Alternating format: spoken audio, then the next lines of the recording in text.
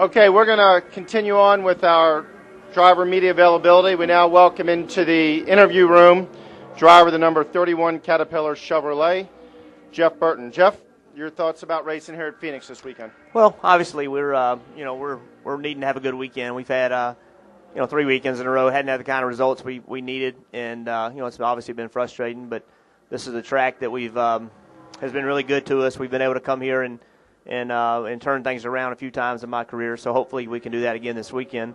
We've run really, really well as a team here. I think we finished second the last two races, and this has been one of our stronger racetracks. So certainly look forward to coming here and seeing if we can kind of turn the ship around a little bit. Get out of the being in the cellar of the chase is not what we had in our mind, and that is where we are, and we got 2 races to dig out of it. We'll go ahead and open it up to questions from media. Again, it's courtesy, name and affiliation. We'll start with Tom, and then Nate. Hi, Jeff. Tom Jensen, Speed.com. Chevrolet is announcing today at Indianapolis that they're getting back in the IndyCar racing, and the president of the IRL said he's still serious about the $20 million offer. Somebody win the Indy 500 and the Coca-Cola 600 on the same day. First off, what do you think about Chevy getting back into IndyCar, and do you see anybody in this garage really trying to do the double again? Chevrolet is such a huge part of American motorsports, and to not have an American manufacturer at Indy for the 500, I think, is a disappointing thing. I think it's great for the 500 for Chevy to be back, to have an American engine manufacturer back at the 500. I think it's a really good deal for American motorsports. Chevy is so committed to motorsports, and I think it's a great idea. Chevy's involvement here obviously is really, really respected. They have a lot of championships and done a great job, and I think it's really cool. A lot of people say, well, I wish they were spending that money here in NASCAR, but the fact of the matter is we need an American manufacturer for the Indy 500, and I think it's cool that Chevrolet stepped up to the plate. As far as doing the double thing, man, it's really hard to do. I mean, I think that the guys that have the best chance of winning the Cup race on Sunday, Saturday night, it'd be a big distraction for them. You know what I mean? It's you just don't hop into somebody else's ballpark and go beat them. It takes a lot of preparation and a lot of work and a lot of effort to win any race, and it just would be really, really difficult to win both of them, obviously. But you never know what can happen. They're going to have to work on the scheduling some for sure to make it so it can happen. But I would be surprised to see it happen. Nate Ryan, USA Today. Jeff, before the chase started, everybody had these predictions about that it was going to be very tight, very close race. And while it's not as close as I think people expected, it's still tightest race in chase history. 3 guys with 2 races to go. Why is that? Why do you think this year it turned out that way? I know the 48 isn't as strong as in past years, but is there any reason why this season in particular that it's the closest it's been since 04? Well, I don't know if it's that the 48 isn't as strong or just other people have stepped their ball game up. I mean, honestly, it's I think that the COT thing is starting to take effect. I think that the idea that NASCAR had about taking a lot of the things away from the teams to keep things a little more similar, to create more more chances for more people to win races. I think that started to take effect. It's a lot of stuff going on that's made the race feel equal. Last week after our incident, I went in a trailer and sat down and watched the race, and I'm watching the monitor, speed monitor, and I'm looking at the top 20 cars. In the top 20 cars, there was like a tenth of a second difference between the fastest guy and the 18th place guy. I mean, it's just so crazy close, and I think that's a factor of multi-car teams. It's a factor of people becoming more familiar with the car. It's a factor of Goodyear bringing better tires, making the cars drive better. I think it's all those things. It's more people coming to similar results on the racetrack, and that's made for a tighter chase. We got Bruce, then Michael, and then we'll go to the track.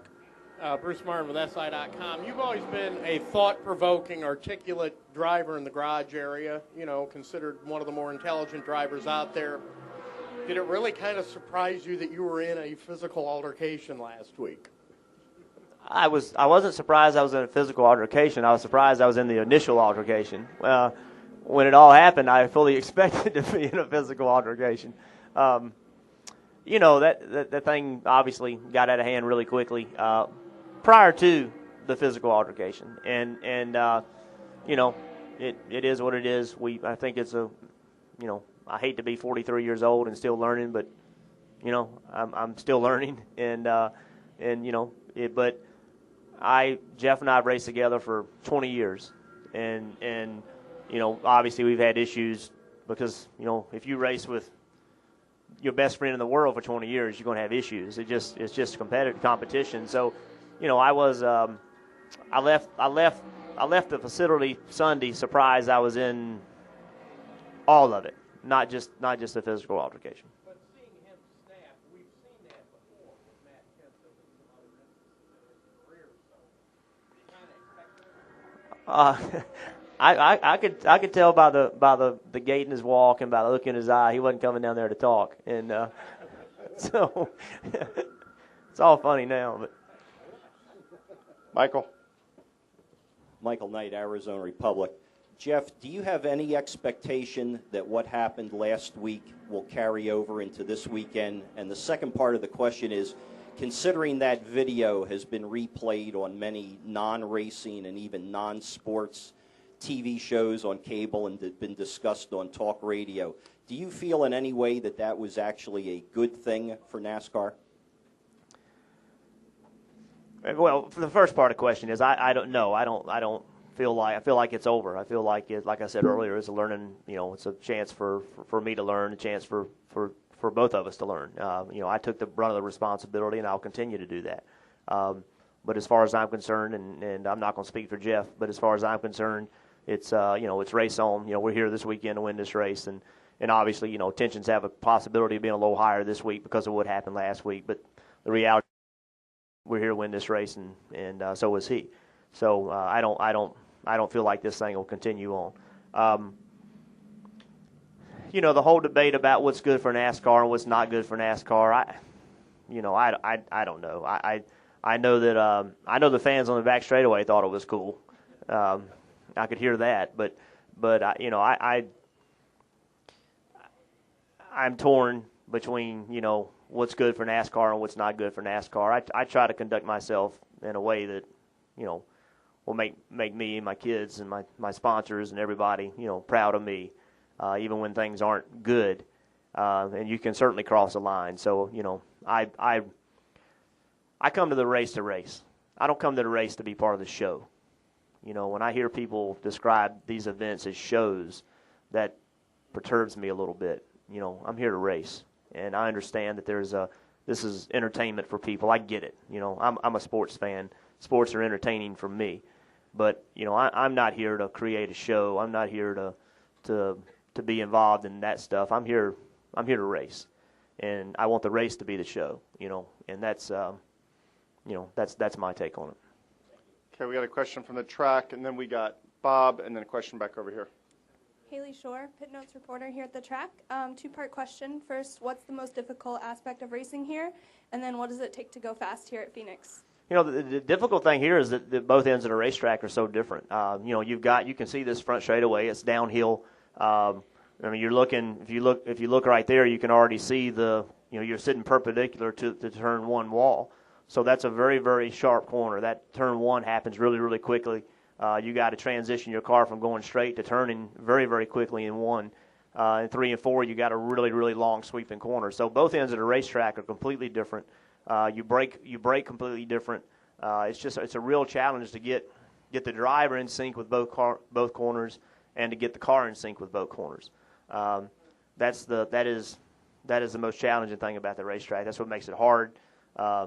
That's what makes it fun. That's what makes the people that run well here. That's their advantage, is that they can do well in both corners. Right here in the middle. Bob Hawk, Christine Daly. Can you clarify something, please? Sure.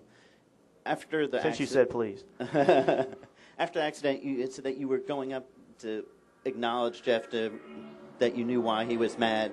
But then during the teleconference at one point, it sounded like you said that you were angry with him too. And so it seemed conflict, so I wanted. Well, to be perfectly honest, when the whole thing went down on Sunday, it all happened so quickly that I didn't 100% know what happened. I mean, I obviously didn't mean to wreck myself, and obviously didn't mean to wreck him. When Jeff came and he let me know that he didn't like the way I raced him, I went to accelerate, like I did say Sunday. I went to let him know that, hey, I got it.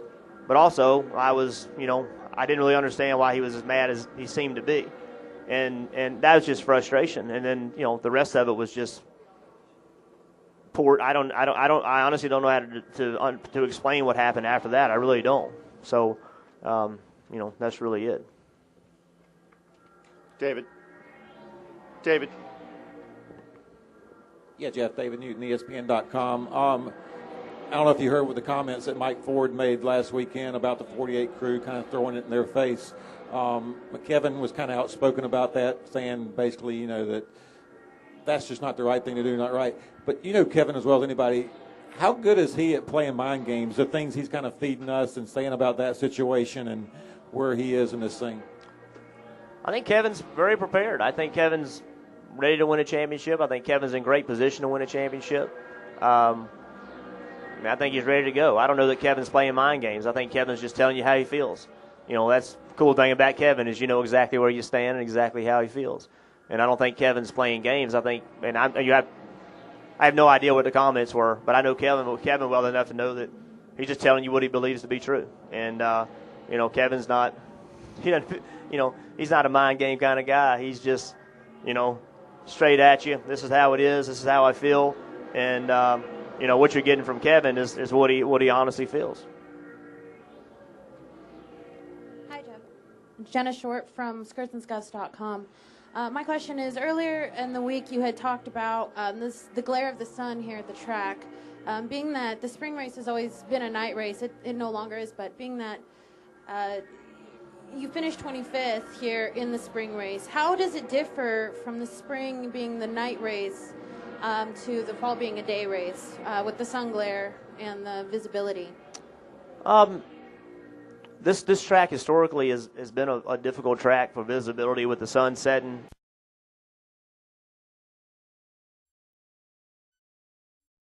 Very difficult, just really, really hard to see. And I know this sounds silly, but I can't remember if it's the spring race or the fall race where it's the worst. I'll go back and look through my notes, but I just don't remember. But when the sun's setting, getting into turn one, it's very, very difficult to see getting into turn one. Even in qualifying, it's hard to see getting into turn one. So, that is an issue. You've got to be able to see your corner. When that sun starts to set, it's very hard to do that. Jeff, thank you for your time and good luck this weekend.